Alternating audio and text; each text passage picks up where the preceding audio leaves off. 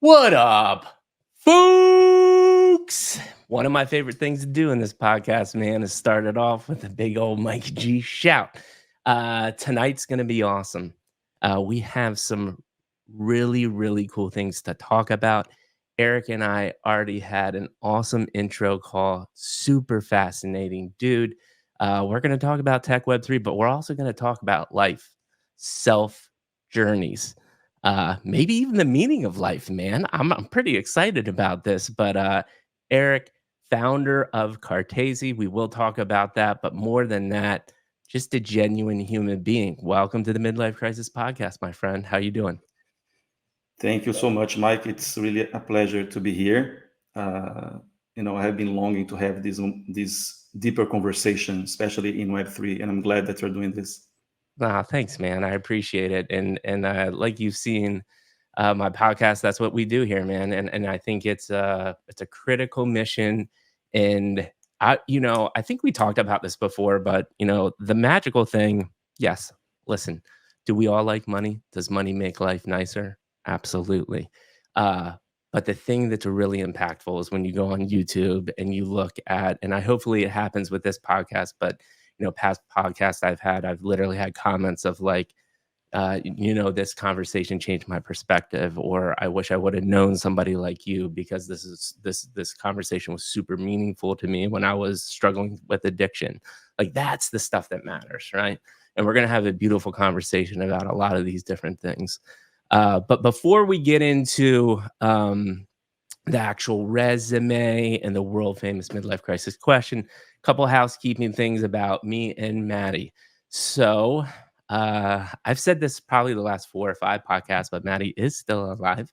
We're working on trying to get the Forge founders. So the Forge is a really interesting um real estate. I was thinking mainly real estate, real world assets. It's kind of a buzzword in tech web 3 right now. But this guy's a real estate guru from Boston, super cool dude. We're gonna have a fascinating conversation. But since Maddie is in real estate, I think that uh, having him come back for that conversation makes sense. So we're scheduling that. Looks like it might be not till the middle of April. But that is where Maddie is. That's what we're concentrating on to bring him back. As far as me, we're working on a space series. So every Friday, we're basically going to duplicate the podcast, take the video out, but do it in space formats because unfortunately, people still aren't on the podcast train in Web3 for some odd reason, even though this is the best damn podcast in the world when it comes to Web3 for sure. So I have to do the space thing. But I have some major names backing the space show. So I'm excited to talk about that and announce that. So that's pretty much what's going on with me. So now we need to turn it over to Eric, the man, the myth, the legend. Couple things about him. As we know, we like to do the formal introductions here. See, Eric, I told you I'd already mess it up. I can't even put my words together half the time. And one of the things, by the way, I watched this my last podcast, and I said like a bajillion times. So I'm going to concentrate on doing that too. I probably already did it 100 times, but when I want to take a pause, I'm going to use silence. I'm going to really try hard to do it this time. So, for the resume, dude is a goat.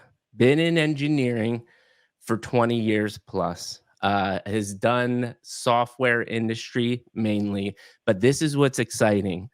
He's a digital nomad, folks. And he's developed projects for various industry while he was being a digital nomad. And then, of course, one of the things that we talked about as well, he's founder of Cartesi, and he's a board member of the Cartesi Foundation. Eric, again, welcome to the show, and we're going straight into it. The world famous. Oh, well, before we go to the world famous midlife crisis question, did I do you justice? Did I miss anything there in the resume? That's perfect. All right, perfect. Nailed it. Love it. Okay, so the world famous midlife crisis question. How did you get to the seat you're sitting in today? Please give us Star Wars episode 1, 2, and 3. I've been told a bajillion times, and I know that the chronological order of Star Wars episode 1, 2, and 3 technically is not correct. but you all get the gist of it, right? Because not everybody is a Star Wars fan or expert. One would be your childhood, Eric. Two would be your professional career. Three, Web3 journey and beyond. I cannot wait to hear it. And again, in the context of childhood, you don't have to tell me about every year of your life. Really looking for who influenced you, what were you into, what kind of helped mold the mindset and the way you think today. I have to say that I really like the framing because, first of all, I love Star Wars and I love the hero's journey, right? And I Yeah. think both things go well with what we're gonna discuss here today. So, my childhood, uh, I was born in Rio de Janeiro in Brazil, Hmm. uh, and when I was very young, I I used to go to my grandpa's house where I Hmm. have several friends. It was a very lovely. I have a very colorful memories of that time. My friends there, they were most of them very poor. Right? Right. It was a kind of lower middle class neighborhoods, and my best friends they lived in houses that had kind of dirt floor. Right, Wow. so I had a chance to be in contact with human beings from different strata of society, and those early years were really rich to me for this contact with people there. Another interesting thing that happened to me when I was a young boy is that my father he was an officer of the merchant marine, Oh, okay. so he used to travel frequently to Japan and to Hmm. Asia, South Africa, and it was fantastic because I had the chance to discover the world when I was very young, like 5, 6, 8. My last trip with him was at the age of 12, and exploring the world. Like I was this boy from Brazil, and I had a chance to go to Tokyo, go to Japan, go to other cultures since when I was very young. And I Right. think that kind of created this imprint in my soul of being a kind of a world traveler Right. and curious about other cultures and so on. Yeah. In any case, I think this gave me a very broad, dynamic uh, view of possibilities since when I was very young, right? From the Right. childhood friends in my neighborhood to going to very sophisticated societies like Yokohama, Tokyo, and so on. Right. Yeah, and So, uh, so you mhm. already said, did you have something else to say, or can I chime in? Sure, sure. So you already said many fascinating things, right? And one of the things that I want to go back to is so I don't know if your home had a dirt floor or not. Um, and you kind of talked about that lower middle class, lower income neighborhoods.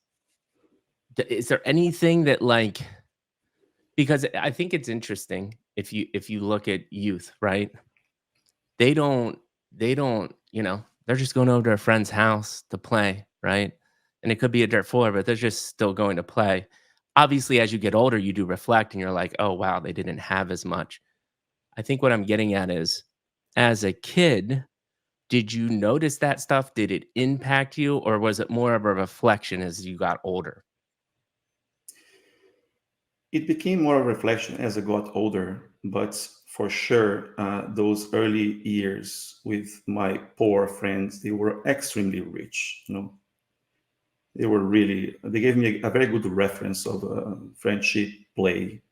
Right, And yeah, I think that later on helped me to understand that life also is not about money, right? It right, gave me a good reference about this. right, E- even later, just to extend a bit further, like when I traveled to India, in India you also have a lot of poverty, and I also had amazing connections with people, from different classes in India as well. right, right.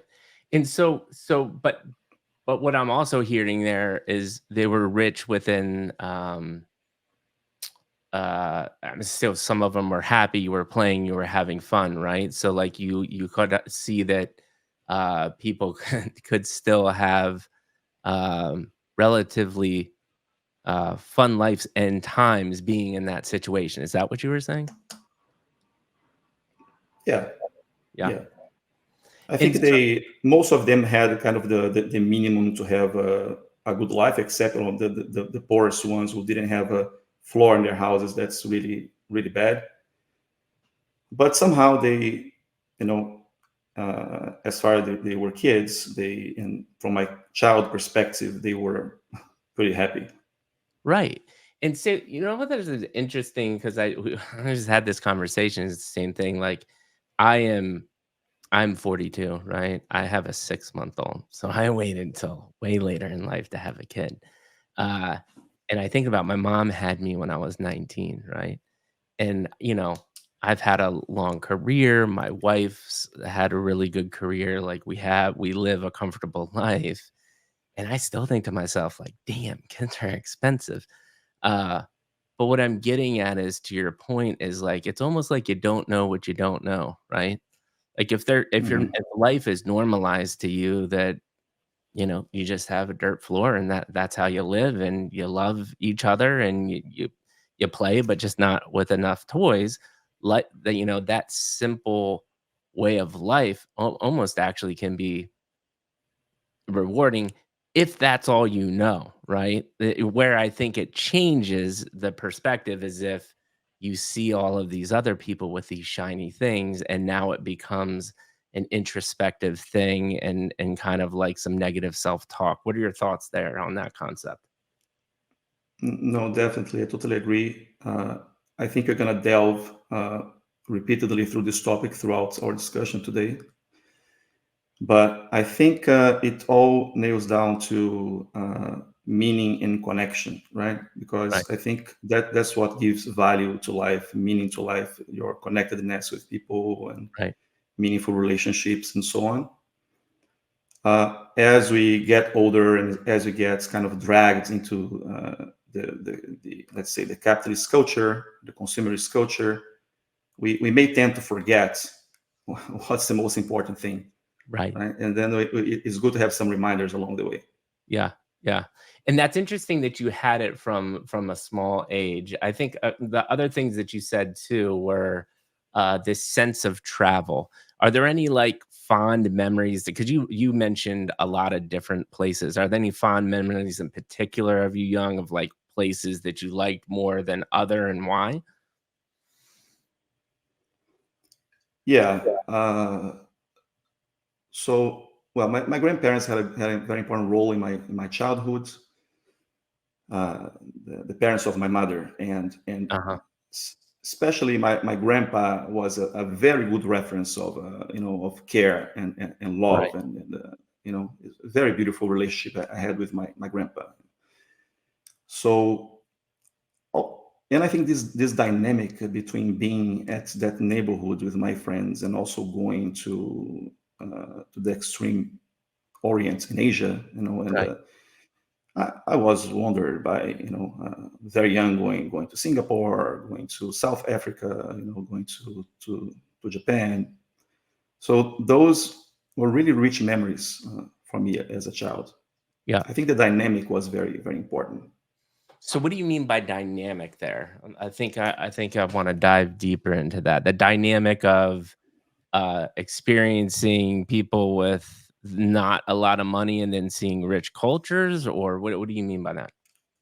I think also, in the rich countries and cultures, you also see the beauty that money and infrastructure can bring. Right, right, So I was right, presented with the two poles, right? right, And different expressions of these polarities, let's say. right. And yeah, so it was opportunity to see beauty in different expressions, right? So, for instance, Mhm. if I walk in Yokohama as a little kid, and you see a street that's completely clean with beautiful gardening and beautiful buildings, those things have a positive impact in me as this little kid as well. Right. No, I love that, and you said something really, really interesting that, not a lot of people have said on the show before. Um, Finding beauty in whether it's really rich or really poor, and just finding beauty in things. where do you like you have this really interesting background and you've traveled a lot. Um, how do you kind of like look for beauty? Does it come in many different forms? Are there things that you concentrate on, whether it just be, living in the moment, slowing down? Like I'm because it's a really interesting thought and I wanna know a little bit more about that if you have any thoughts. Oh man, there is so much to be said about this. I think the theme of beauty and art in general were super present throughout my life. Right. That as a little kid, I loved drawing, and then later kind of fell in love with music, started to play the keyboard, later the piano. And I had a moment in my life that was super into classical music, especially Mm. piano, the piano repertoire, right? I love the dude, Chopin, I love Rachmaninoff, all piano and yeah. violin are just like Yeah. beautiful sounds, right? And I mean, it's so going back, tying to the dynamic topic, right? It's about like, I really like this diversity of human experiences, what our soul can experience.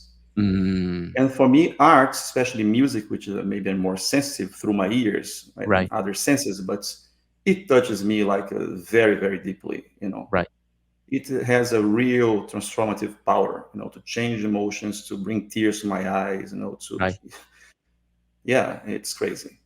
But that's cool because what I'm also hearing is, and I think people need to hear this just from, again, what I love what we do in this show is they're hearing it from your point of view, which is so different from people that are saying similar things but from different walks of life, right? And what you're saying is you have found a way to see beauty in things, and music is one of the things that touches you, and you're able to see beauty into the fact and so deeply that it can emotionally impact you, right? And there's people that would Mhm. say, "You're crazy, man. What are you talking about crying to a song?" But I say to them, I would challenge you to figure out how to feel that emotion because that's a really beautiful thing, right? Um, and how do you think you came? Do you think that's just life experiences, or there's something about new music that just makes you feel good inside or connects with you on a different level? Yeah, I don't know exactly what's. There were some facts that brought me closer to music. I had cousins that were learning the piano, and I was fascinated and say, "Oh my God, I really need that for my life." I need to Right. learn. And I started playing piano late, so when I was around 15, Hmm. right? Uh, uh, And but you don't have to have an answer. I mm, mean, that just yeah, seeing your cousins play and wanting to be attracted to it is fine. I mean, if you have any other thoughts about it too, I I think that's yeah. I think that's another thing that's beautiful about beauty, right? Is that sometimes you don't have to have an explanation. But any other thoughts? Go for it. And the more I went into it was kind of a rabbit hole, right? That I Mm, started to discover layers and layers and layers of the this interaction and contemplation of music, and also participation by playing, that were like fascinating, endless journey.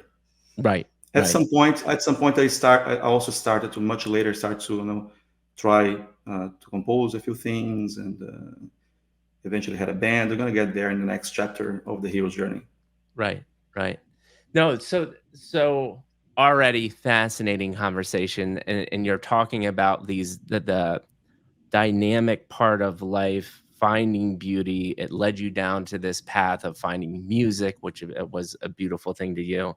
Um, one more because it brought up kind of like passions, right? So you brought up music. When it comes to, I would say more like studies, academics, or um, anything else you're interested in. One of the things I hear from an entrepreneur like yourself is, we only have founders on the show that are all entrepreneurs. A lot of them say I was hustling at a young age, but some of them don't, right? So I'm interested in those other skill sets that you think attracted you or interest you, as you were growing up. Yeah, no, definitely. I later on I start to love science, and cosmology, the origin of the universe, astrophysics. So I like to read those things. And later on, I got much more into mathematics and physics when I was going to college. Right. And I always had some kind of these aesthetic take on the, even when I was dealing with technical stuff. So Right. even developing software, I love the artistic dimension, like the poetic aspect of writing code, right? And S I many software engineers, they really love talk about it, and I totally recognize that software is an art expression as well. So that's interesting because I've never heard somebody describe it as that. Talk to me a little bit more about that because when I hear code and I see code, I like glaze over, right? And I'm a creative guy. So for you to talk about it as like an artistic expression, um it's pretty black and white to me when I look at code is what I'm saying. So talk I to me see. about that a little bit. That's really interesting to me. Yeah, I think it's really how your relationship with anything that you do, right? Because the way that you relate with the object also brings this artistic perspective or dimension to things. So, to give an example, I think the first piece of software that I wrote, probably one of the the piece that I'm the most proud about of software. I was 12 or 13 when I was learning to program by myself, Mhm. traveling on the ship. I think it was the last of these trips I had with my father, Yeah. and there was this handheld computer. Was a, I think, a Casio or something, and it was a very limited memory, but you could actually program in Basic, in the language Basic, Right. for this. It had a a display that was black and white, uh, LCD display, and I mean, I just, became so fascinated. I started to learn programming, reading the manuals of that computer, and developed a whole game by myself throughout that trip. Was, I don't know if you remember when you were younger, at the birth of computer science or video gaming, that's Right. there were this kind of adventure RPG games that were text based, that you Text-based. interacted Yes. with Yes. commands, you know. Yeah. So Mhm. it interprets languages and you say, I want to go north. I want to need to grab that box. I want to use this key to open this door. Right. And then it was, because I was 12, I was still full of this fantasy, this childhood imagination, and I really got sucked into my own thing, and I developed the whole game. Yeah. Even had a kind of an animation at the beginning. I put a bird flying, as an animation. I went totally crazy with that. Amazing. That's I think that, amazing. yeah.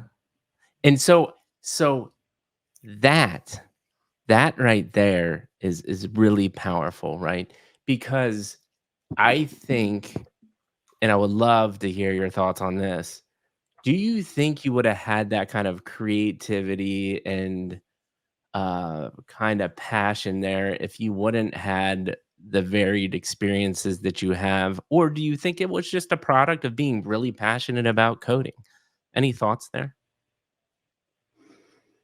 Yeah, I think there is something about a coincidence of factors, right, that lead you in certain directions, Right. and it's very mysterious. I don't know exactly how these things happen, but at some point, because I was traveling to Asia, I think I got my first computer with my father. It was an Apple II computer, and very early at the birth of Apple, I was very fascinated by what Steve Wozniak and Steve Jobs they were doing, and I think that added a lot of fuel to my imagination back then. Right. And so I the other thing that you said, and I actually think this is interesting, and correct me if I'm wrong when I say this and kind of how I interpreted what you were saying, but and I'll actually relate it to my like my kind of like corporate gig day job is like project management, right? Like not what I want to be doing forever, and is not really enticing or exciting to me as a creative person. But and code is the same way. If you technically look at the actual work being done, it's actually not that creative. It's not that interesting, right? But if you look at what the output could be, or how you can effectively use that skill set to make something creative, that's where the kind of magical thing happens. Is that kind of what you were getting at? Because that's how I interpreted it. Perfect. Yeah, Yeah. Yeah. exactly. Exactly. And I And, love that explanation because we rarely hear anybody talk about it that way. and to give more color and contrast to what I'm saying, later on, if you want, if you allow me to go to the next Yeah, chapter yeah, of the yeah. hero Go journey. for it, man. Okay, Because yeah. this So is a beautiful conversation. later on, as I delved more into software. I went through the engineering school in Rio. Then I spent 1 year in UCLA, and then come back, graduate in Rio, and become a software engineer. And as at the early years when I was at the university, I still found that creative and artistic dimension to the projects that I was dealing with in software. But as I go into the marketplace and I start to deal with different projects as a uh, just developing software, different Right. startups and companies, I start to lose that. Mhm. Gradually, I feel that magic is losing more and more and more, to the point that I really got to kind of an exhaustion. Right. You see, and that will go deeper into this when I talk about the digital nomad phase, because Right. I think those two processes, they have happen at the same time. Right. No, and that totally makes sense. So let's do this. I think we did a really good, like, you've to kind of recap. The only other thing, if you want to talk about it, I would say, and then we can talk about what you just talked about in a little more detail, is you mentioned your relationship with your grandfather. Is there anything there Mhm. that you would like to highlight on, or why that it is a fond memory, things that he might have taught you, or things that you reflect on, maybe even to this day? Well, I think it's just like a very clear demonstration of love and care. Right. Of course, I mean, I was the only grandchild, so Right. Right. so Right. grandparents tend to spoil their grandkids, and Yeah. of course, there was a good measure of spoiling there, because the guy, he taught me how to drive when I was 13. Right, right, he right, you know uh, he always went to pick me up, and even prepare my breakfast, and right. I was kind of the center of his life, but he also had a very great partnership and friendship. I don't remember a single episode that something bad happened between us. That I loved him so much. That's amazing. And when he passed away, it was really, really a great loss, but also kind of a beautiful understanding of things at that moment. Yeah. No, that's amazing, and I think you touch on something that, again, is not talked about enough, and there is a lot of craziness in the world, especially in Web3, right? There's a craziness, and there's a lot of people getting hurt with rugs and scams, but you said it so beautifully, and I attribute it a lot to me being able to evolve and become into a good character, as well as, like, if you have uh, parent figures or family figures in your life when you're that young and they show you that unconditional love, like, I really don't think there's anything else better for a young person to experience. What do you feel? No, absolutely. And coming back to when he passed away, I think it was so interesting, because of course I felt super sad, but also something kind of sank into my heart. Like it was a beautiful reference that I would never lose. And it's kind of when my dad passed away, he was born inside of me somehow in a different way. Like God, I love that. I You have just that gave as a me golden chills, man. reference.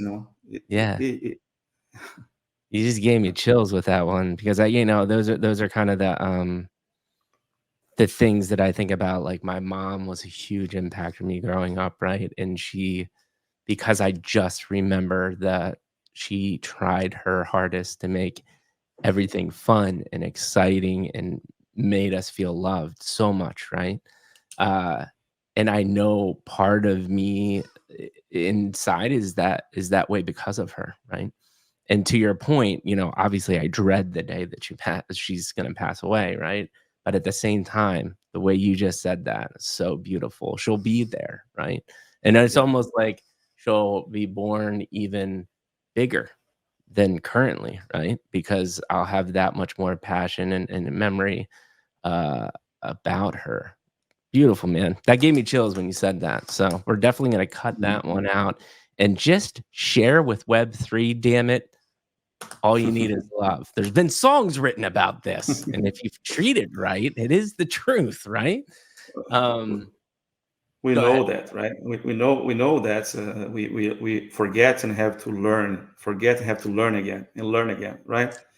And I Yeah, hope we do learn like in a more collective scale. And I think what's happening to Web3, like tech, Silicon Valley tech and Web3 is probably the apex of these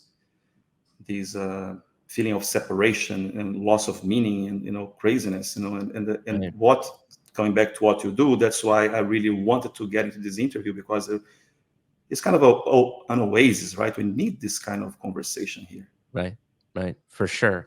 And I think we'll talk about this in the future too, though. But I think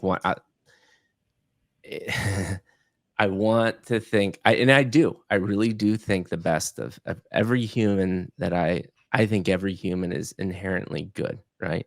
Now, obviously, people do bad things because of many circumstances, but one thing I'm starting to firmly just agree with, and I don't want to agree with it, but I think it is the truth, is just that the money, man, the money and the power and that ego, it ultimately corrupts people, and it's very, very Yeah, difficult, especially when you're talking about the amount of money. We're talking about billions of dollars monthly in crypto, right? And that changes people. It just does. That's the bottom line. And we've yeah, seen how it does, right? So it's unfortunate, but we can get to that later on down. But listen, we haven't even got to episode 2, and we're already having like deep conversations about life and why we're even here. So beautiful, man. You are crushing it. I am having a blast hearing what like. You've already said 3 or 4 things in new and interesting ways that I've never heard before, even though they're concepts that we've talked about 1,000 times. I love it, and that's why I love doing what I do, because no matter who I talk to, this can go on for the rest of my life. I will still have fascinating conversations 60 years from now, because there's always a new person in different perspectives. So thank you so much already for this conversation. It's been great. Um, yeah. Thank you too. Absolutely, man. So Yeah. let's transition to uh we went through anything you want to touch on, like high school, or we can go straight to college and kind of your professional career, which is, I'm really interested. We understand where the computer science and kind of coding came from now, hence why we do that right now. We have that context and background. One of the things that you mentioned, I'm really interested in, is this evolution of fun, creativity, fascination slowly eroding into the fact that it all goes away. Talk to me about that journey and kind of Yeah. you coming to this realization. Yeah. So I think it was around 2012. I went to live in France for a year. I was already working remotely back then, so doing different projects, and was this particular difficult time in my life, dealing with family issues and some depression myself as Hmm. well, Hmm. and and and that ended up with a divorce. And I after that I packed and went to Thailand to really live this kind of digital nomad life, to try to shake off things and Right. find Right. a reorientation for myself. Right. So I took my laptop and just went to Thailand, and eventually Bangkok, and eventually Koh Phangan, which is a very beautiful island in Thailand. And it was a great experience, like being able to balance work and being meeting new people, being a new environment, new culture, Right. uh, it's a bit also a bit hedonistic, right? So like normally, I think when people think about digital nomadism, they this idea that you can work from wherever you go and then you can have fun wherever you go. Okay, you can Right. have fun wherever you are, Right. and, Right. and of course I had some fun, but also after three years doing this, I felt like something was deeply wrong. But Interesting. okay, I was having fun, I was going around. Last year I even went to India. I spent 1 year in India, and I was approaching 40 back then, and then we get Right. into the midlife crisis now. Hey, man. Uh, That's what we're called. What we're let's called. deploy it. Yeah. And I think it was a classical midlife crisis, right? Like my relationship previous had ruined. My relationship with software was eroding, as you said. And I was doing projects for different verticals and doing well my job, and as a designer, architect, software architect. I was also hiring people from around the world to work in different companies and things like this. But I got so exhausted, and I felt like none of these projects really mean anything to me, rather than me making money to support this life as a nomad, Right. right? And then what am I doing? This question came at some point, some day, that I could not go away from this question. What am I? Where do I want to get with all of this? Right. Just Right. keep earning some money and traveling around and having fun and not building anything. Like, if I die tomorrow, am I gonna be proud of my life? I'm gonna Right. feel that I did something significant for life itself. And the answer was Right. clearly no. Right. Uh, So I think that was such a moment of a striking clarity of mine, that I was almost hit by a thunderbolt or lightning bolt. And, Right. and then I felt, okay, I think, and then things kind of made sense to me. I felt that I needed to build something. And I think that the most obvious, at least for me back then, way to build something, maybe some legacy in this world, was to become an entrepreneur. Right. Right? And, So and I real quick, start to really, I'm gonna cut you off though, and I apologize for that because this is all beautiful. But I have to ask this question because I actually talk about uh, this. I told you uh, my my midlife crisis was this major depressive order that I went through, right? And I have this very vivid moment of clarity looking in the mirror, and I was like, "Oh my god, like it's me. I got to get my stuff together."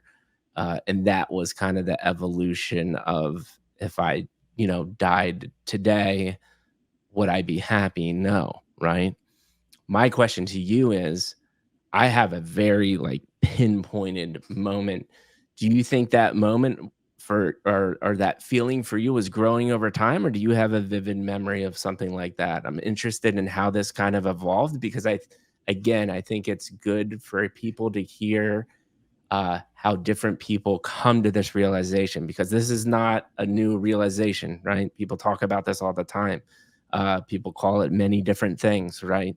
I'm interested in your journey as to how you came to that realization.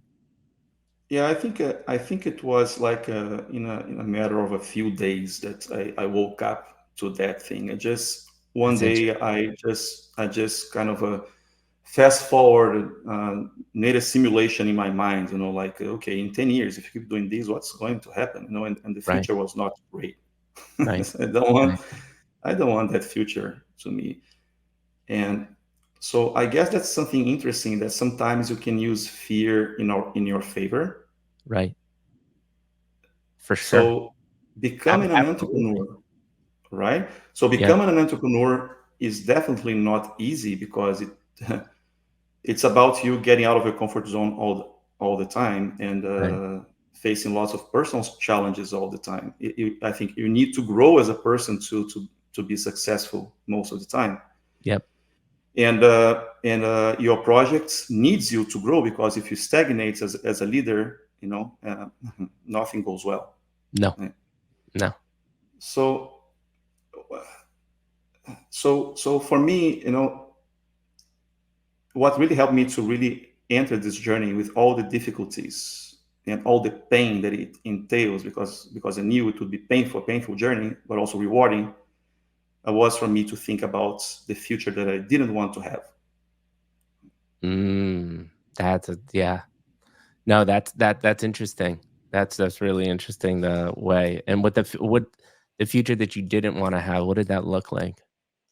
It looks like I spend like the next 10, 20 years of my life, my 40s, my 50s, not building any legacy, not building anything that I feel is meaningful, and then die miserably. Basically, Right, right, that's the point. right. Mm. Yeah, that doesn't sound fun. So, Yeah, but what thank you for sharing that though, because it's really fascinating to me how people come to these realizations, right? You felt like this kind of came on over a couple day period, and you started envisioning your future, and that's how you got to it.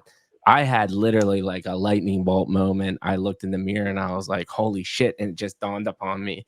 And now, whether that is like a culmination of your life experiences talking to you in a different way, or higher beings, some people talk, it could be higher beings, or just something innately in you, like something, it's almost like the your animal instincts, right? Your primal instincts coming out, and it somehow manifests finally in your brain to say like, this is not it, and I am not going to yeah, be happy if I do that. I just So thank you for sharing that. I think is really fascinating.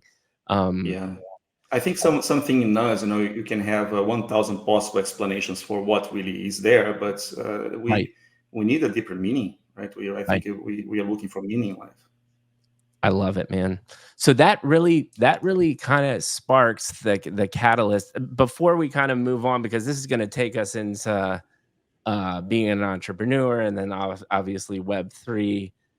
Anything else in that kind of episode, or the 30, 40s of your life that you want to touch on, or do you feel like we did a good job? No, I think we did a good job.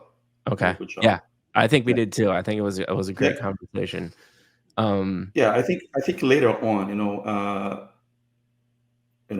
as I start a project, the project grows.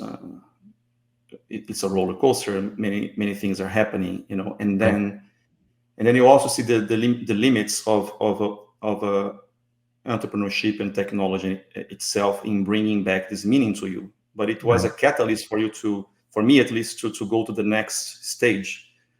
But still, you could call it a second crisis or something like this. But there is a moment that you you also have to, okay, and now so what happens from here, right? Because right, as we were talking about before, we are not only in this for the sake of money or prestige or likes on Twitter, right? At right, least I'm not here for this. right, right. So, and what I realized, I mean, the,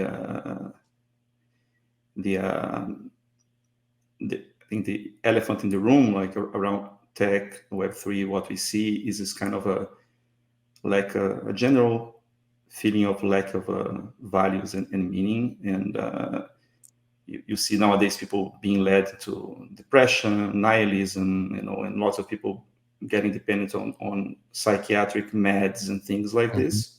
mhm, But I think what's really behind this is like this loss of connection, right? We lose connection along the way with something deeper in ourselves, and lose connection with family, with our mhm. land, with everything around us, right? Yeah, Uh, yeah. there is one thing that I love that the philosopher Nietzsche in the spoke Zarathustra, he liked to, there was a very famous quote that God is dead and they're not going to be able to find enough water to wash away his blood, right? Right, right, Yeah. right. And for me, this quote says so much, and I don't read it as the death of the Christian God or the Muslim God. I have another reading of this, like we lost the meaning of the sacred, of something that has intrinsic value, and Yes. so and what is sacred tradition? If you go to like a primordial, primitive tribes and primitive cultures, the sacred is what binds people to their tribes, bind people to each other, bind people to their ancestors, bind people to their land. Yes. right? Yeah. And this thing has kind of been lost along our kind of modern scientific culture, Right. that we believe that values don't exist intrinsically in nature; they kind of emerge from the brain, Right. right? Right. And while I believe that actually there is some kind of meaning and value to be found in the fabric of reality itself, right? I don't Right. think it's an emergent thing. We can, it's a philosophical discussion without ends, but that's my Right. particular take on Yeah. this, right? No, And man, and I it's think, beautiful. Go ahead. yeah, and I think that's the I relate what's going on with young people, tech entrepreneurs, and society in general. Is that like these uh, kind of is, we tend to become more egocentric and disconnected with these things, and tend to make things like look like commodities, right? So you see what happened with social media, that people are basically transformed into commodities. Like we become Right. the products to the big corporations, we become the products to each other. Yep. If you look at Tinder commoditizes relationships. Right. So we have, everything became profane, man. Mhm. Mhm. Right? Everything became, nothing has I mean, nothing, but we have this huge tendency in society to make things like commodities, right? Right. Right. And so, tying back to my story with my grandpa, something that was very sad. I was very sad that that happened. My grandma gave me a watch that he received from his own father, Yeah. and I was so in the period of my life I was not well, and I had to move, and I lost my grandpa's watch. Mm. That had I was very sad with that episode, Right. And like, if you have a watch like this, what's the value of this thing? Can you sell this on the secondary market in the NFT marketplace? Right. How much can you? It has no value, because it's sacred to you, Right. right? Right. Yeah, So and I think you said many beautiful things there. And I think this is one of the things that resonated with me and you when we talked is you touched on why I do what I do, right? Which is uh another version of what you're saying is we're more connected than we've ever been before, but we're more confused than we've ever been before. When we know the answers are as simple as doing what we're doing right now, just have a deep, meaningful conversation. Me me giving you 100% of my attention. I don't yes, I have windows up on my computer right now, but, like, my full attention is on you and trying to really interpret what you're saying and then ask you meaningful questions about what you're saying. It's very simple I, stuff, right? I love it. I love it. I It's think not you nailed rocket it. science. Uh, in those and I still firmly do believe this. We had one of the things people are gonna get sick of me saying this, but it also brings about this notion of like where we're saying that the bad comes out in these ecosystems because it's easy to fraud people. It's easy to take advantage of people because of the technology as well, right? And there's this notion that the good guy finishes last. And I actually unfortunately do believe a majority of the time that's the society we live in, right? But if we get enough good guys together, we can finish first, right? We just need to band together in the right way. And it can happen like this show getting more and more eyeballs and other my PFP is the plague, right? This guy Pons and the plague in the NFT world. They have a clear defined mission. They're on a mission for decades, not just a quick flip and to make money. And if we can get enough people like you and like me and other founders that have that vision, we can win. And listen, are we going to change the space overall for good? No, it's impossible because there's Mhm. billions of dollars at stake.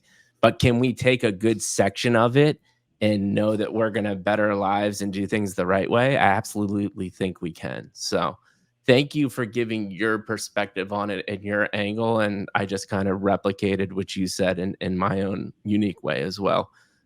Any other thoughts there, or just kind of in agreement?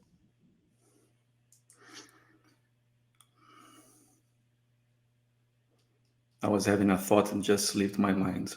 No, it's totally cool, man. That shit happens Yeah. to me all it still happens to me all the time. Thoughts come and go so fast. Listen, Yeah. that's part But of life as mm, well, but I do think, back to, one of the things that I did wanna touch on, because you did say, before we got on kinda more the philosophical thing of how the internet, it can really mess with things. You mm, said you kinda went down this founder's path to start this kinda new journey, self-realization, and finding meaning and purpose, and you actually correct. ended up getting into yet another wall of trying to find meaning and purpose. I w Can we talk about the time of you embarking on this entrepreneur life, and you coming to these realizations of, yet you're gonna hit another wall? I'm interested in that little time period, and then I think we Hmm. can get Hmm. to this second self-realization and then into the Cartesi world. Yeah. So going back to the history, right? I was living in Thailand and then in India, as I told you, deciding to become an entrepreneur. Then I came to Taiwan for the first time around 2015 or so, Mhm. 2016, and I started to understand the tech scene here, connect with the entrepreneurs and so on. And I came to meet the guy who would become my business partner. He's also co-founder of Cartesi, a good friend of mine. We've been in this journey together, Colin. And we were decided to build something. Back then we were thinking about maybe we can do some fintech is really hot now, man. In India is exploding. Let's do some fintech thing in India and all this kind of Right, thing. right, right, and, and we were really decided to start. We had the fire to start something. And right, uh, and then at the same time, well, I mean, around that time, I received a call from a close friend of mine who went to school with me, who was my roommate in UCLA. We're good, good friends. And the guy, I mean, he's just to give you an idea, he's a PhD in Princeton, ex Microsoft researcher, and he was a mathematician researcher in the in the Mathematics Institute in Rio de Janeiro. And he was with his colleague developing something related to blockchain back then. right, Uh, he knew that I liked blockchain. I was getting to know things about this technology, getting interested, and then he called me because he wanted to take that thing as a real project. He and his partner, but because they were professors, academics, they didn't have the interest in working in the business side with this thing. right, So I came to Colin, the other entrepreneur that was here, another co-founder. He said, "Man, why don't we all come together to take this project forward? Because these guys, they are really good. They're coming up with something interesting. I don't believe that they are quite there yet with their idea, and the idea right. actually transformed. We pivoted, uh, but yeah, I think it was a super great chemistry. Even though we human beings are very difficult creatures, right? So relationships are always Yes, the biggest challenge. But I think underlying all the differences of of our group, there was a deep respect and some friendship that we could also disagree in fire with things, but at the end we kind of came to consensus, and the respect never was lost, and we managed to go forward at every stage. and I'm So glad you actually say that, because I find that's where the more magical things happen, right? Is if you can find that group of people that you can be completely blunt, honest with, have literally duke it out, right? And but still walk away as friends. and know that it was all there to better the vision, to make the goal and the mission better, right? That's so Yeah. critically important, especially as an entrepreneur. And I also am glad that you brought that up because let's look, looking at this moment in time, I always think it's really helpful to hear from your perspective as an entrepreneur this top one or two skill sets that you think uh, you learned during this time that you think are critical to be successful as a growing entrepreneur? Because there's a lot of people that want to be one. I don't think really know what it's about or cut out. You know, entrepreneur is the buzzword on the internet. You know, Gary V really blew up that lifestyle. But I'm interested from your perspective. What do you think of the one or two things that people should be thinking about if they want to go down this road? One of the most interesting aspects that I recognize in entrepreneurship for myself is this: you have an idea in mind. Sometimes your idea is quite ambitious and the odds are all against you, right? There are so many things that can go wrong, and many things will go wrong, and you're going to be on a roller coaster. But if you persist, you know, as long as you persist and you have people around you who also want to persist, Mhm. that is the magical alchemical formula, in my opinion. You know? And I mean, it was crazy at the beginning, early days of Cartesi, throughout a few years, we were in this roller coaster, like, are you going to survive? Do you have enough runway? Are you getting the projects meaningful to the industry? Or so many questions. And it was almost kind of a bipolar experience, that one day you would wake up feeling very full of hope, and everything, all the horizons seemed to be open. The next day something happened that, oh man, I'm losing my hopes. And then this happened, man. I lost count of times that this kind of thing happened. Right, And if you don't have this purpose and this disposition to keep going, not give too much attention to facts and your thoughts and your emotions, but to keep doing it, right. that is the amazing skill that I think entrepreneurship develops in a person. I love it, man. It's like this persistency. I mean, one of the themes that comes up, I will give it the number other than uh, network and timing, right? Being in the right place at the right time or knowing the right person at the right time. The what I would put above it, which I hear time and time again in this show, is exactly what you just said, or a version of it, which is persistent, consistent work over a long period of time, right? And being able to battle all of these external factors that make you not want to be consistent, right? Really, the crux of just discipline, right? However, Yeah, just interpreting discipline, but it's in the entrepreneurship world or discipline like my podcast, right? Uh, we podcast every Tuesday and Thursday for years on end, right? That's where we were gonna do. I've been mhm, podcasting once a week for 3 plus years now, right? I think I've had maybe 2 or 3 weeks other than my son being born, right, that I didn't do mhm. it. And it's just that, right? There's this grit, determination. Um, I love you hearing that. I love hearing that. Yeah. Any other thoughts there?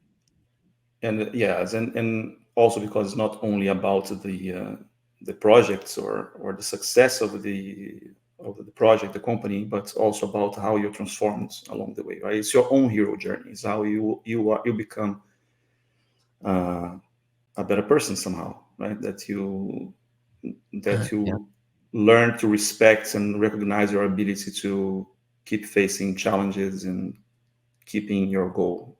It's Yeah, super no. important. That's beautiful. So, but on the flip side of this, and now I'm interested in what you say to this though too, is one of the other successful traits that I hear often, and I think is true, and then I struggle with because um I don't think I've had a enough different ventures to kind of recognize what's working and what's not. But that exact concept, you can be disciplined and put the blinders on to your detriment, right? Because at some point you're grinding on something that just is not going to work. So, what? How do you interpret knowing when to stop? Yeah, I think it requires some ability to listen to yourself somehow. You know that you know, we have this intuitive feeling when things are meaningful to you or not. Right? At least that's how I see and feel things. Yeah, yeah, And if you're honest to yourself, you can see and you can understand what's going on and try to realign. Right? right. Yeah, And and go ahead. no, go ahead. Go ahead. Well, so I think what you said there is key, and which is another thing that people need to hear. And I stress this so much, right? Is even with, with midlife, with Cartesi, there's obviously a mission and a goal there, but ultimately a purpose, right? And to me, when you stop, is that mission and that purpose, one, it does not drive you anymore, or it's lost its way. Um, and one of those purposes could, one of those things could be, well, I need to monetize as well to keep this going on. So there's a lot of different factors, but ultimately I'm going to the higher one, which is the purpose, right? The purpose Yes. that I have with this podcast is to do exactly what we're doing, bring back the lost art of genuine human connection, right? We get more connected, uh, when this goes away for some odd reason. I don't know why, but that drives me, right? So if my perspective about I thought that was not important anymore, something changes in my life and it doesn't resonate with me anymore, that's actually when I think I would stop to change. I think a lot of people hear you should stop, and they look at it as a pure monetization thing. You should stop because your business isn't generating money. And I get that. That is a very practical thing, but a lot of people that do that also grind the 10 next more years trying to find that thing that makes money, but they don't ever have a purpose, and that's probably the main key that's missing. What are your thoughts about that? I totally agree, and then that can lead eventually to a great feeling of emptiness and some crisis in the end, right? So, and I was an entrepreneur even before Cartesi, and I had a couple of other attempts before this, and what I learned, and those were attempts when I was much younger and trying to do like tech projects more for the sake of money. You know, like, okay, let's do something to become financially free. Right. And then it gets to a point that's when we start to face the challenges, you don't have that extra fuel to keep going. You know, Mm, that's what happened to me. Uh, right. Right. that and so I tend to not to believe in this entrepreneurial path that you dissociate making money to your passion. Right. Sometimes people can succeed more, for a number of factors, including luck and many things, but that's not what I believe is the proper way. Yeah. No, I love it. It's beautiful. Um, so the next, and you can go whatever way you want. We can talk about this kind of second realization or wall that you hit through entrepreneurship, or we could go down the Cartesi road and talk about Cartesi Web3. Whatever way you want to go, man. Yeah, I think those two things relate, and to be more precise, it's not that I hit a wall, but I think what I feel is happening in this space now. That many people like to say that blockchain is a solution in search of a problem, and we are building all this tech with the hope that this is gonna improve human life or ecology, or not have a meaningful impacts in society and so on. what we have seen so far, right? The first waves of the apps, they are financial applications. Bitcoin is a success, of course. DeFi also a success. Uh, and then you have things like NFTs that are fun, but okay, they're not going to change the world, right? I Right. mean, the collection of JPEGs. And I think from the beginning of the blockchain movement, I think everybody was waiting, to see and witness this big transformation that blockchain will eventually bring to society. Right. And apparently, technology, the slow evolution of the technology didn't play in our side on our side on this, because we had to fix the scalability issues of blockchain and many other things, usability as well. But I feel that we're still at a stage, and not only the industry as a whole, Cartesi included, that we are building these more powerful tool sets, these more powerful systems. But we need to see the applications, right? We need to see things that are meaningful that we can do with this. So I think it's a great opportunity for protocol creators, the app creators, people in the industry to have this deeper conversation and reflection about, let's build something useful with this, right? What is this for? It's not Right. about one new blockchain, one new layer two, one new NFT project. No, let's bring real purpose to this thing. Right. So those are Good. the kind of reflections that I have, and I know that many people at Cartesi, they also feel, man, if I had this clear vision of how we are helping really people, that would help me wonders, in my enthusiasm and this kind of thing. Well, you again have done a masterful job of saying what I say till I'm blue in the face, just in a different way, right? And it is again the it's weird, right? Because we wouldn't be at this point in the NFT crypto ecosystem if investing in money wasn't a thing, right? That's really what has progressed it, and lit it on fire, especially with the pandemic happening. There was this influx of cash.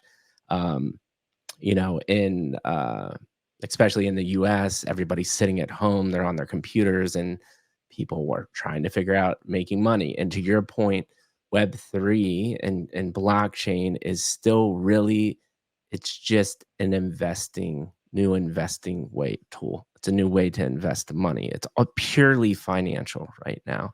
You could argue that NFTs are a little bit different, but let's be honest, people are just making NFT projects to flip and make a quick buck. It's purely financial. So until blockchain can start solving other real world problems, I don't think we're going to progress. And I think you just said that in a different way, and I think it's beautiful. Um, my question to you then is, does Cartesi relate to this, or do you want to talk a little bit of more, like, is that kind of your real kind of second um, realization of going down this road? You're putting all of your blood, sweat, and tears into blockchain, building Cartesi, and you're like, wow, where I'm just yet at another point where there lacks some meaning in the industry or in the space. Am I missing anything there? No, I think that's it. Uh, I feel hope, and I see new things actually shaping up in the industry, even in the Cartesi ecosystem. Some applications that I could not expect, and they're quite interesting.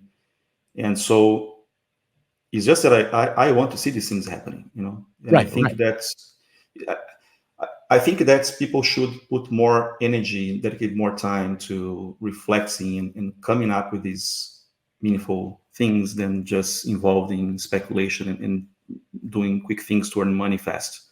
Yeah. It's a redirection of energy that I'd like to see more in this space. Right, right. And so, I think that brings us to kinda Cartesi. So take us through. I'm assuming you're thinking about, well, before we even go there, I asked this for everyone in 2 minutes or less, kind of like an elevator pitch in the sense, uh, how do you simply, describe what Cartesi is? Because I think a lot of people would go to your website, and if they didn't have any technical know-how, they'd start reading it and they'd be like, I'm not really sure what Cartesi does. Yeah. So I think explain that to us in layman terms, I guess. Yeah. Okay. Okay. So if you see how computer science evolved and the internet evolved to Web 2.0, what we call Web 2.0, the current internet that we have today, there has been an amazing increase in kind of infrastructure capacities and software complexity. If you build a new application for Web 2, you can count on 30, 40 years of software that was developed before you for you to build your software on top. So you Right. don't start from scratch. You are always building on top of something that is there. When you go to Web3 and you want to develop a smart contract or a decentralized application, you are back to the primordial times of computer science, because if you are developing for the EVM in Solidity or even for other VMs in the space, you are very limited to what you as a developer can do, Hmm. right? I'll give you a simple example, like not even the concept of a file. I cannot read or open a file on a blockchain VM because the Right. concept of file doesn't exist, Right. right? So, and many other things. So what Cartesi does is to bridge these two worlds. Our objective is to increase the design space of decentralized applications by bringing to developers the same uh, computing environments that they're used to in Web 2, like a real Linux operating system and the same compiler, same software stack, so you can build more complex and interesting Web 3 applications. So we all of that without losing the properties of decentralization, security, and things that you Right. have in Web 3. So that's it in a nutshell. Beautiful, beautiful explanation. Uh, I think, and what we're gonna have to do, because I mean, we could talk for another 3 hours. I've got this idea of kinda practical master classes kind of percolating, right? And, because, again, here's a prime example of what you're talking about. Uh People on YouTube, I'm sure you've seen one of these, right? People spend hundreds of millions of dollars a year on YouTube pre-roll ads, and it's some talking head telling me for 3 minutes why I should buy their $10,000 course because I'm gonna become a millionaire, right? Guess what? You spend $10,000 and there's 0.001% of people that actually become a millionaire, just like Yeah. anything else, right? So Hmm. my thought is, why don't we make actual master classes and video content that is beneficial, that teaches some actual practical applications, and then use the Web3 ecosystem as the marketing tool, and maybe even some Web3 technology as a way to make learning more interesting. Uh, Hmm. that is the idea, but day 1, we still need to make video content, right? And I think you would be a fantastic candidate to start making some of that video content because I know you have a wealth of knowledge of what just, basic things like people, because all you hear about Web3 is making money, smart contracts, NFTs, cryptos, meme coins, all of these different things. But people, other than the developers, now I know the developers are really good at talking to each other, right? But they're on their kind of like secret society, these Web3 developers. Hmm. They kind of all interact with each other. But I think they're the common person that is interested in Web3, if you just explain to them, listen, guys, we're at a state where you can't even open a file on the blockchain correctly. Like that type of stuff, I think could be impactful. What are your thoughts there? Or do you think I'm just I talking think crazy? no, I think there is something there for sure. I'd love to discuss more. Yeah, Awesome. I like it. So with that thought in mind though, please tell me at this current day in ecosystem, what are your thoughts on um, opportunities within the Web3 DApp blockchain world? Because you're intimately involved with this on a daily basis. Like, what are the things that you're interested in actively pursuing get you excited? Yeah. So, for instance, I like the ideas of having more governance and coordination among people using this kind of technology. I think the whole idea of DAOs is promising. Yeah. Still in the early days, right? So that's one of the areas that we people playing with Cartesi are exploring. There was a team that went to ETH Denver and they prototyped a kind of an interesting application for governance using Cartesi that allows you to do more complex kind of treasure management and things like this. So there, I think the DAO has a tremendous opportunity for people to coordinate to do creative things together. And I Yeah. think that that's not explored enough yet. That's one area. Another area that I like is when it comes to maybe using the tech to empower communities to bring good infrastructure to people in remote areas or something that can help ecology in a certain way. Those are all areas that I kind of wanted to see blockchain going toward. Uh, and, and I think there are many opportunities, but it's not easy either because you have to not only think about have a great idea, you have to make it technically feasible, you have to make sense of that in the blockchain. You always have to ask, why am I using a blockchain? Because maybe Right. certain things you can do much better using AWS, and you should just do AWS. Don't touch blockchain. Right. Right. Right.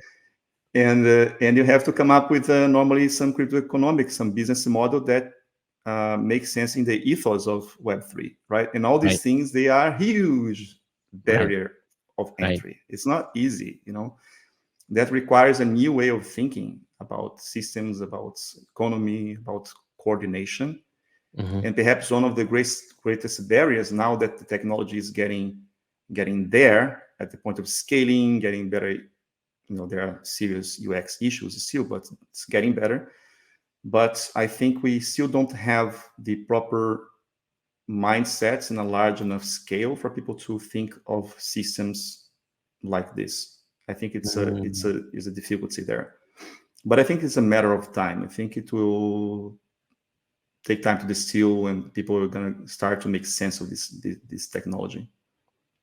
What do you think the biggest mistakes are? It could be anybody in Web3, whether it be somebody that's interested in getting into.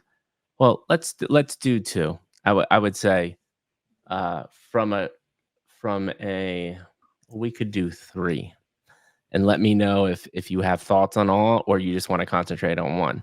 But I am interested in the biggest mistakes that you think are happening right now from a consumer perspective, whether that be investing in crypto coins or NFTs, from a founder perspective, and then from a developer perspective. Do you have views on all three, or do you want to just talk about one of those people? For people that, let's say, that are entering today, Yep. um, yeah, I mean, I think for people that are entering today, and people normally they're driven into crypto and crypto investment because they see the chance of making fortunes in months, if not in days. But usually most things are a zero sum game, as we see. And when the bear market comes, most people get burned and ruined, right? Right. So I think a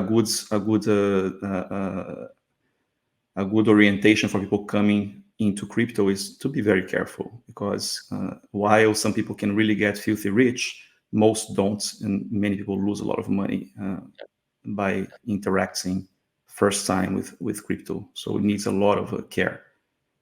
That's Okay. one thing. I love that. From a founder's perspective, the founders that you talk to, the people that you talk to, what do you think some of the biggest mistakes or companies that you see? What do you think the biggest mistakes are? And this could be something like creating a coin just to create a coin to create hype, but still not have no mission. Like what and anything that comes to mind that you see. Well, yeah, I think there are certain things that, I mean, if you want to do a layer one blockchain to compete with Ethereum today, that might be a bad idea or a very challenging task, right? Uh, Certain things are well established. So there are areas that founders can succeed today much better than they would like in the last bull cycle. Right. So the industry keeps changing, and new possibilities are here for people to build. And I don't like to limit people in what they can build. I actually think it's very positive, this whole atmosphere of experimentation of trial and error. I just want like to come back to the idea of passion, right? As long as you are passionate, you and you have good people with you, and you take good measures to know to make sense of what you're doing technically as a business model. I think that's fine. I don't see particular areas that are uh, better than others. I think we are still in the infancy of what we can do with blockchain. Right. So you said something interesting in that response though, and it kind of brings me to the I'm assuming you're familiar with kind of like the blue ocean, red ocean strategy, right? And maybe you're not. And what it is blue ocean, less competition, more room for innovation opportunity. Red ocean, lots of sharks, very difficult to grow, right? So you made the comment about I wouldn't start a layer one blockchain because we've got very well established ones already, and it obviously is a redder ocean because it's harder to grow. Uh, what do you think the kind of blue ocean? Well, a couple red oceans. So you said layer one. Do you have any more red ocean ones, and then a couple blue ones? Opportunities you see? Well, red oceans, right? There are things that are very seem to be very saturated, like NFTs or a new DX and things like this. But Mhm. I'm always also surprised by the ability that people have to create narratives and still capture money around things that are repeating other things over and over again. Right. So it's hard for me to tell, what can succeed, what can fail. I personally would like to see founders doing really new things, exploring new possibilities with the tech. And yeah, I think there is a blue ocean. You look today, you have I don't know, you have 20 million developers in the world or something like this. You have 20,000 ish developers in Web3. We have a we have a real blue ocean of you know of Being a potential developer. in terms of development power and things that we can create. Right. Right. And there is still a lot of resistance in people that are in Web2 and more traditional software to take blockchain seriously or come get interested in blockchain. I think Mhm. that's changing slowly. Right. uh, I think that's a great so blue yeah, ocean. so summarizing how I see it, I think there is a huge blue ocean of possibilities, but it's still hard for people to make sense of the tech and the economic systems of things Right. that can new things Right. that can succeed. Yeah. No, and I think you make the biggest point is the development part. I've actually had a lot of people on here talking about just about that, right?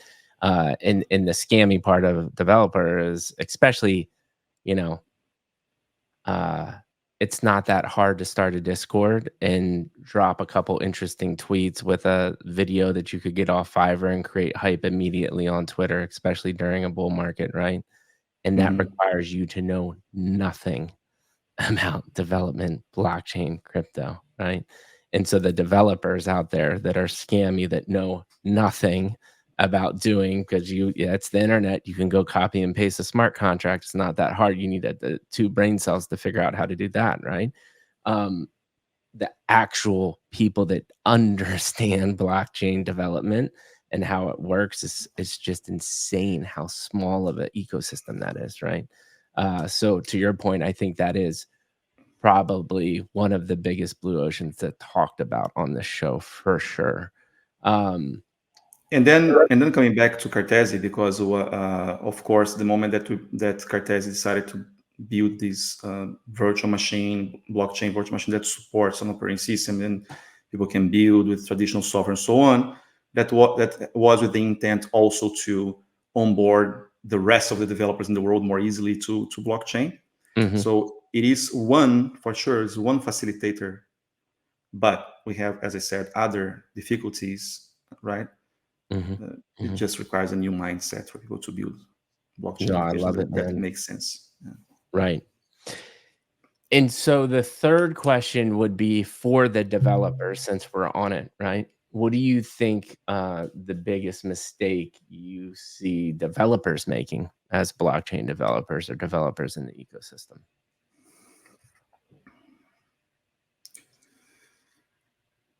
Well, at least what comes to us is like there are many people that's because they don't have these basic principles of blockchain, what makes sense to build with blockchain, or even with our tech. Sometimes we see many things that are you cannot justify, technically speaking. So developers spend time and effort developing a business model, developing a concept of an application. But when you do a scrutiny and you see if that thing can hold technically or makes sense, then usually it fails.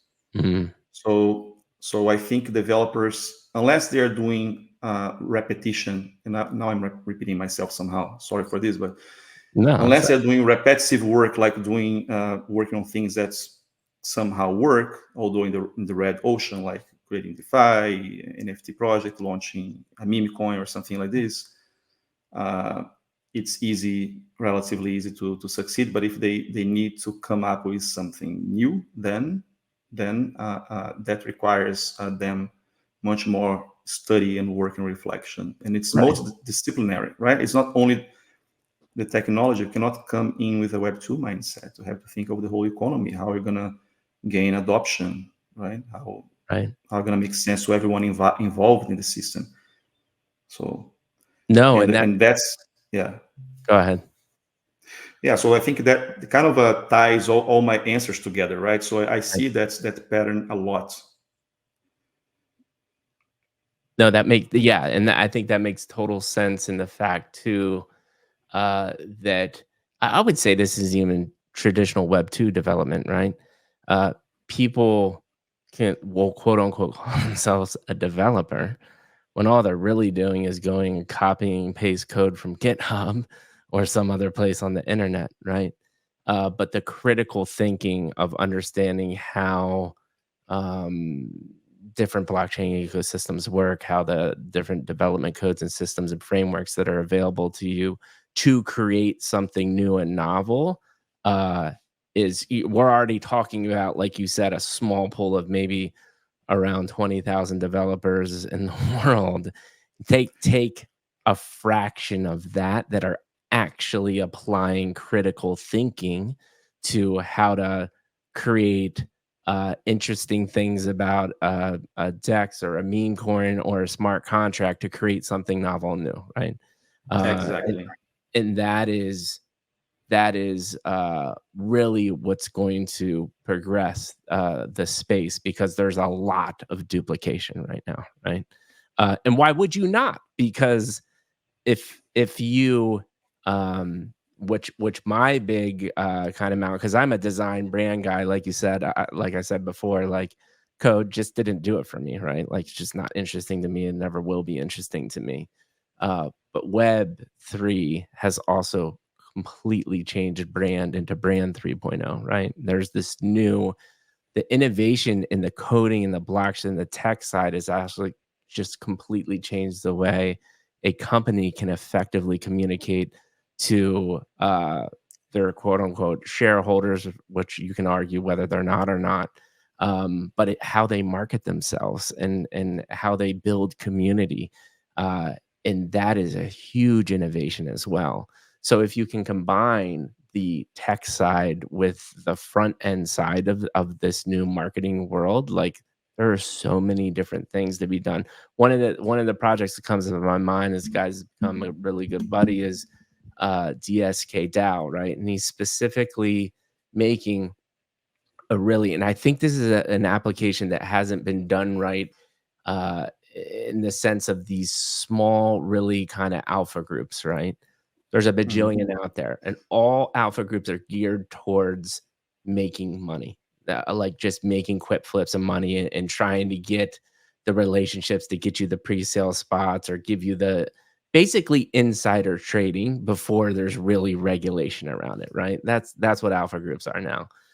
But this guy, and the way I interpret it is no one's really understands, I think, that just the massive potential if you were to cultivate a small community of collectively growing and doing basically a mastermind, but using then on the blockchain side, uh, using the blockchain side with NFTs, tokens, ways to gate different things to really build multiple businesses within that group and really grow wealth and mindset, and share that together as this intimate group.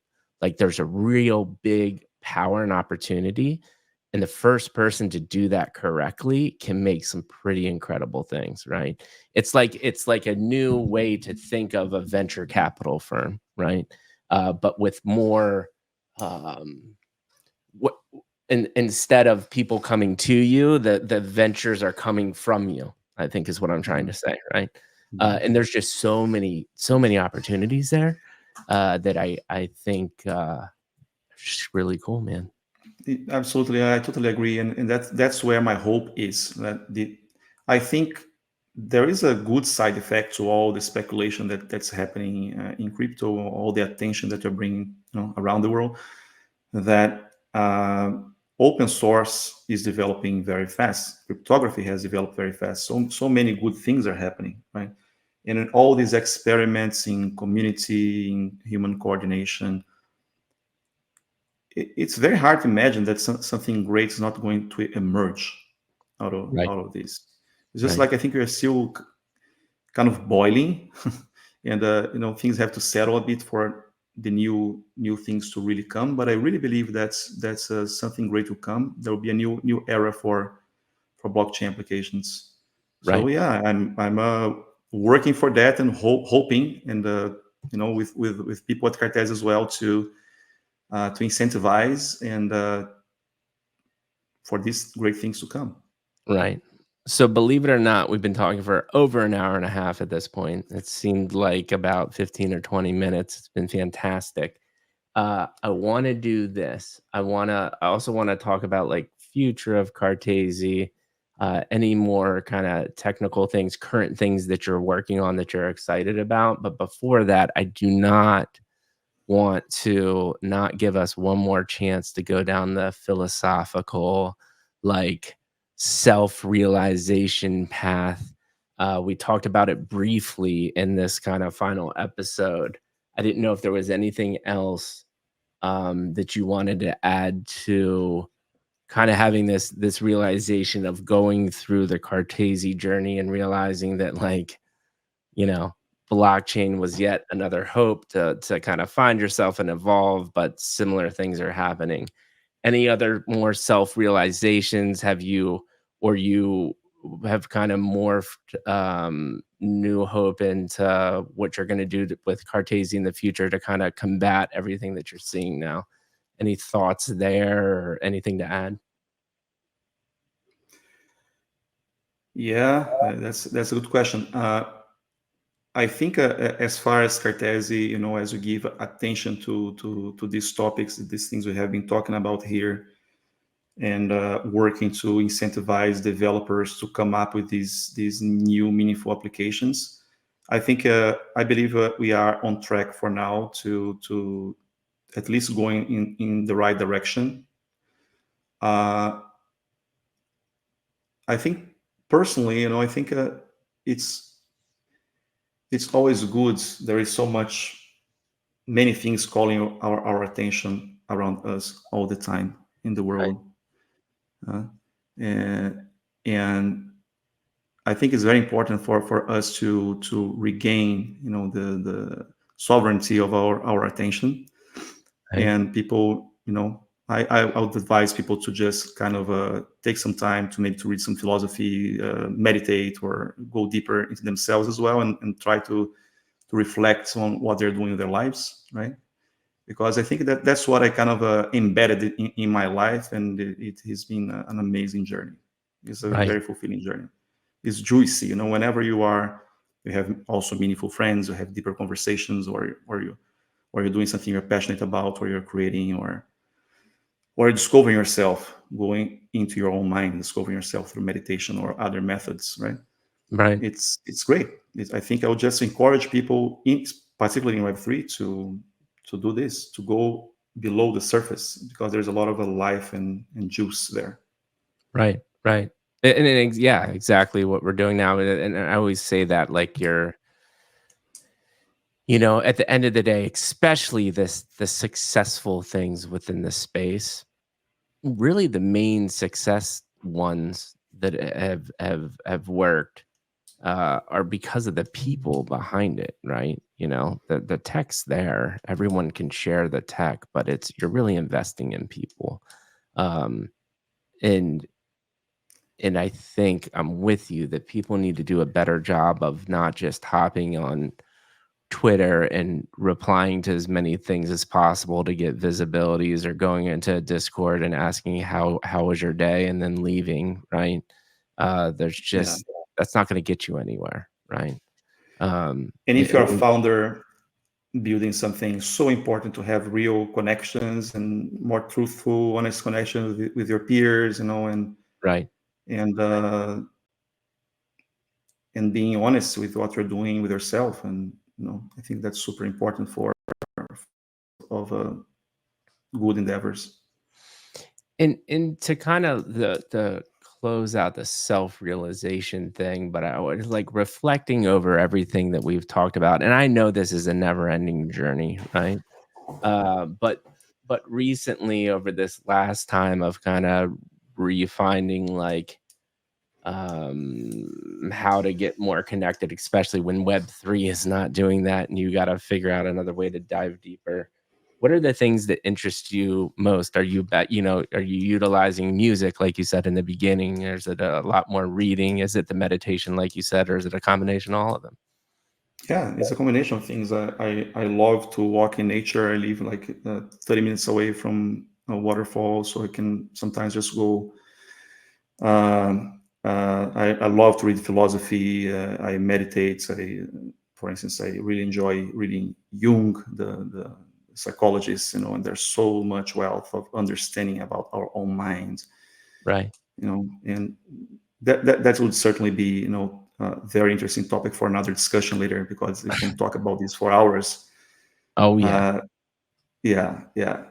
And also, connecting to the family, trying to solve pending issues with people, Hmm. just connecting. Hmm. No, I love it, man. Uh, no, thank you for that. And then I think uh kind of what I do is like talk about current state of Cartesi, what the future is. But before we get there, and then I have kind of one really softball question. Don't stress about it. It's very easy. And then I'll do my closing comments and we'll call it a night. And that might get us under 2 hours, which is very impressive. um, Wow. so I Would think, you mind if you take a 5 minute break so I can go to how much time do you need more? yeah, to go ahead and take a 5-minute break. I think we need Yeah. like 10, 15 more minutes, but to just go Yeah. take a break so you're not Yeah. comfortable. Maybe even less than that. Just want to, grab a beer, come back here You to. go you go grab a beer and All right. come back, and then we'll chat. We'll close it up. Cool. Go for it. I love it. I'm gonna run to the bathroom, actually.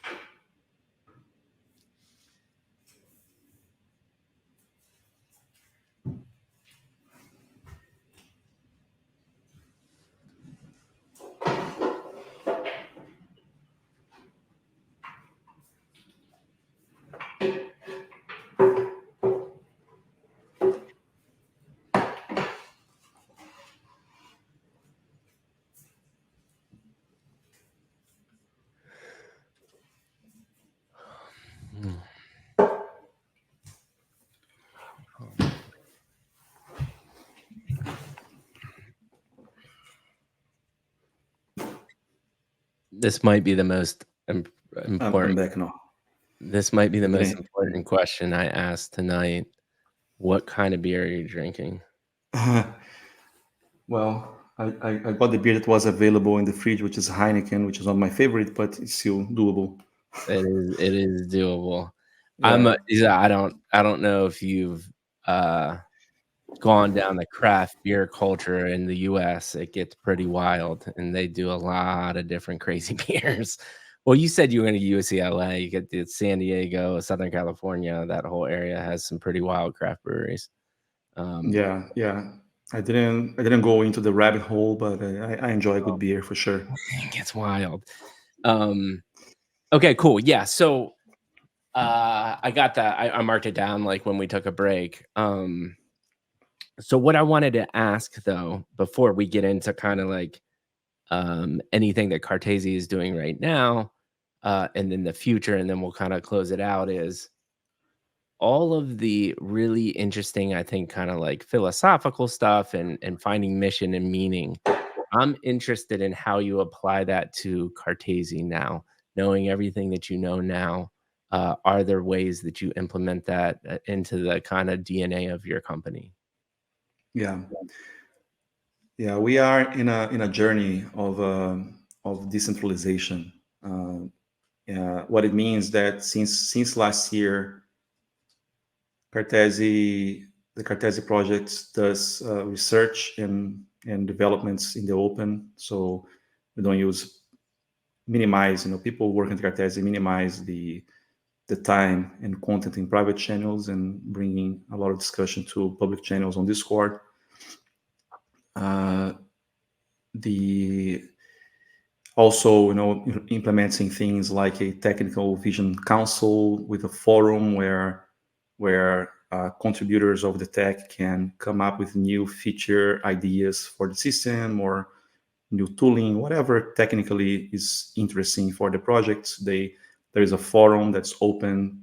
Anyone can participate, give their opinion, and then there is a council that's deliberates on the priorities and how things are organized. So there's a whole movement being done of trying to deploy the not only the code but everything that they're doing in Cartesi to the public, right? Right. It will succeed only to the extent it becomes like a broadly adopted public good. Uh, it's all the code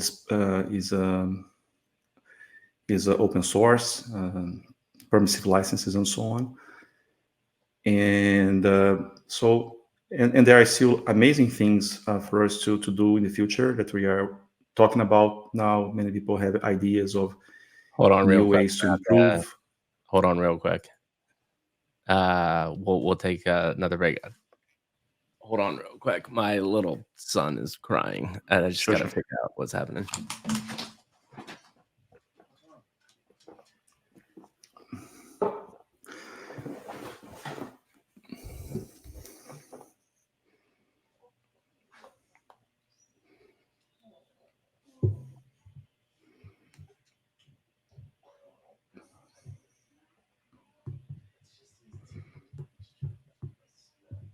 I'm almost done, and I'll come get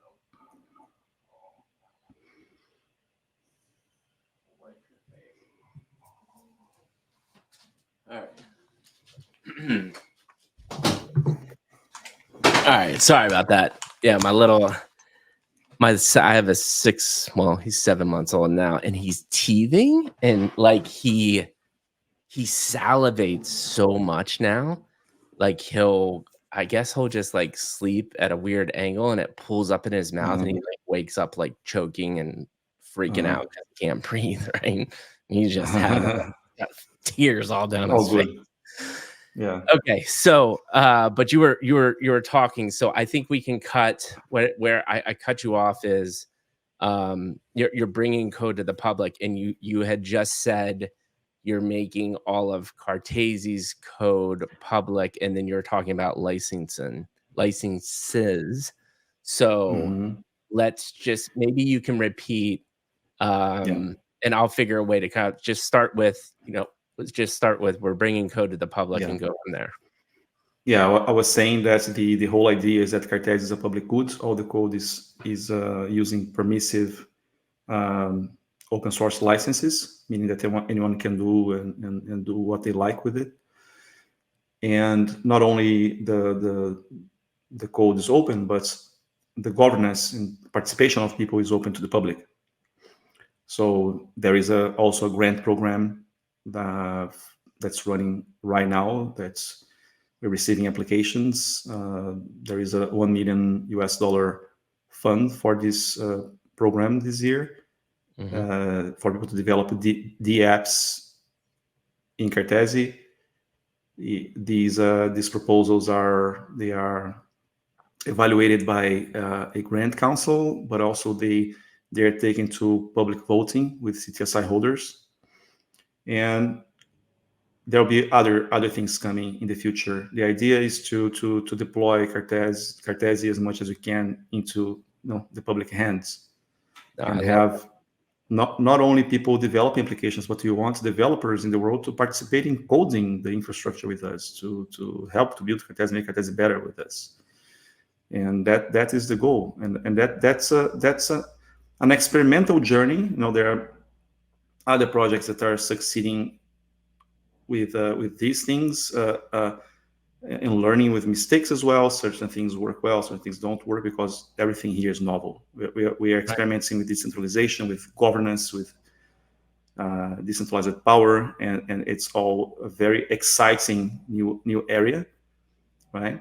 Yeah, So that's what's happening now. Also, we are very happy. Technology is mainnet ready. There are applications coming these weeks to mainnet. So it's a great moment. that's awesome. And so one question I do have too is someone like me, I don't care to code, nor do I care to know the intricacies of how every single aspect of the blockchain works. But I love the ecosystem. I understand that this technology can do revolutionary things. We're not there yet, like you said, because it's a combination of the tech existing and solving problems correctly, right? With the tech. How do I get involved? Or is it just not something for me because I'm not a developer and I'm not interested in that tech side of things? Yeah, so blockchain is such an interdisciplinary field that's for projects to succeed, they take collaboration from different kinds of people, from artists to engineers, business developers, and I think there is an opportunity here for people to meet each other in this space and come together, form alliances, and start things together, Right, with their own abilities. right, What I think we can try to do a better job at fostering this kind of meeting between people. right, Right? I think there is a whole area of exploration there as well. right. But that's where I see great potential too.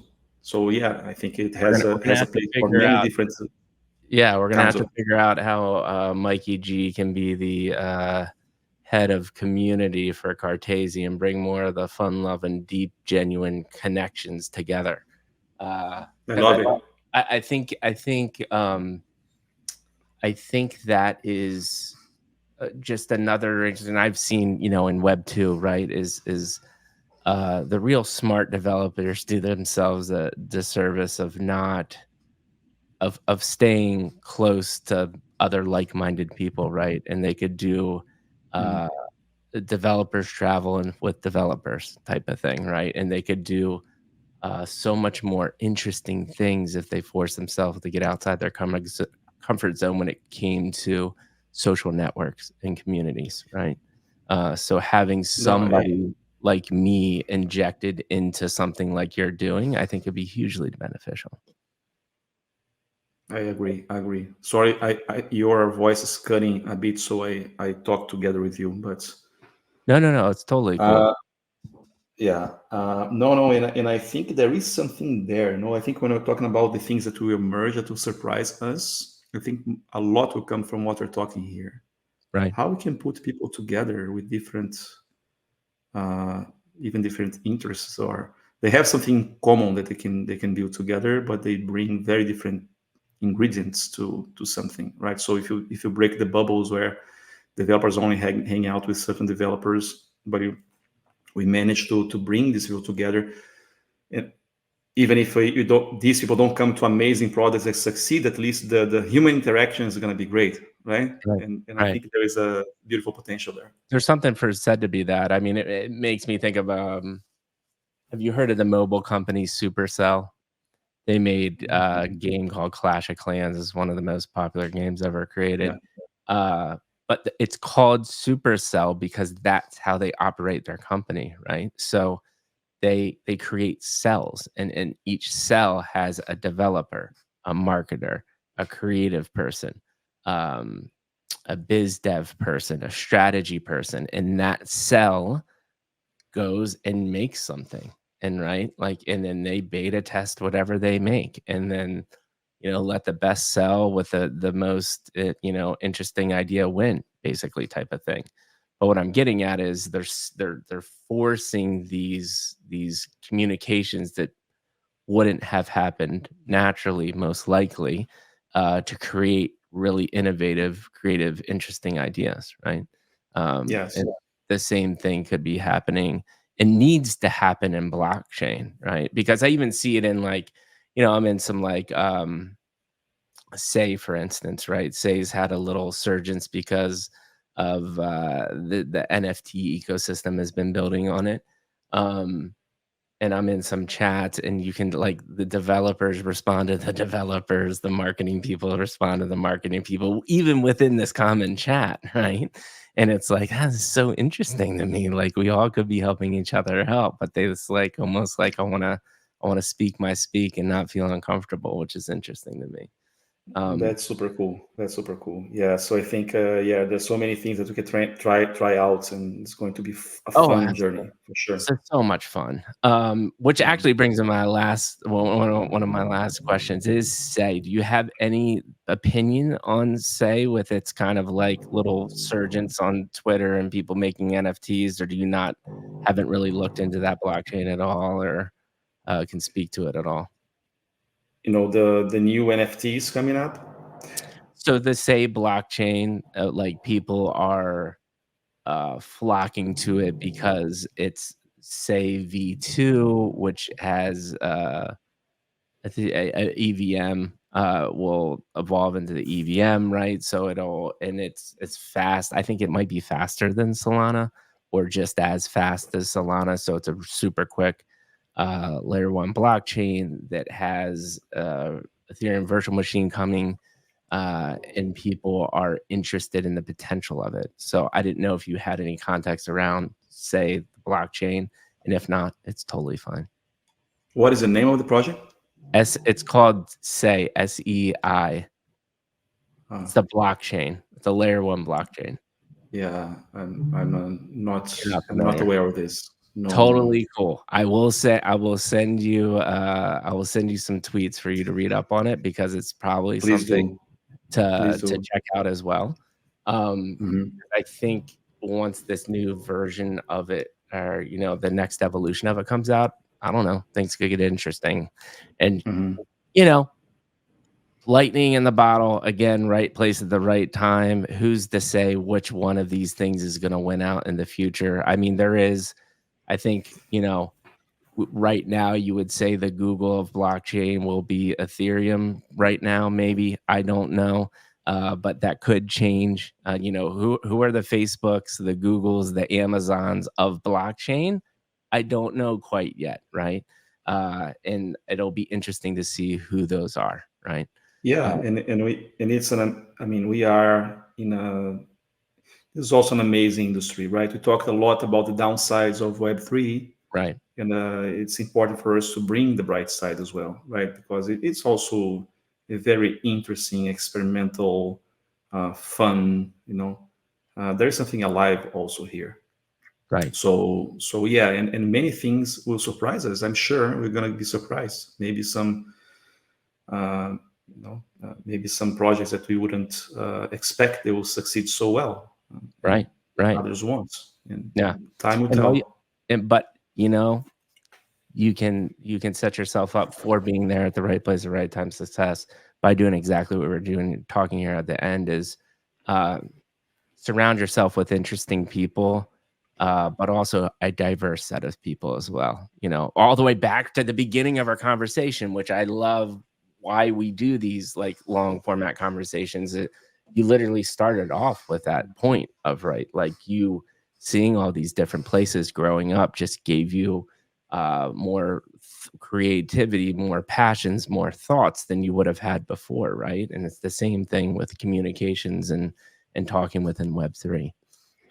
Absolutely. And what we with what we're exploring in on the internet and Web3, we're just going to have so many novel ways to connect diverse people, and it is very exciting for sure. Yeah, and I keep on going back to this though, and I think there's something there with just even Cartesi or just the thought in general is the diverse disciplines as well. Like, why Mhm. does it just have to be? Yes, it's a tech coding company, but like, how can you expand upon that in an interesting way? Um, Yeah, Super cool, yeah. super cool. So let's do this. Anything you talked about, kind of current Cartesi next 6 to 12 months, what does it look like for Cartesi and for you, Mr. Eric? Yeah, Mr. Mike. As I said, I think we are at a very exciting moment in the project that finally the tech is ready. Of course, Mhm, there's much more that we want to do to make it even better. And the first applications are coming up, and they are use cases that were not possible to be done on Web3, just like we expected, right? Because of the design space that they're opening. mhm. So there are things that are really novel in Web3 that are coming.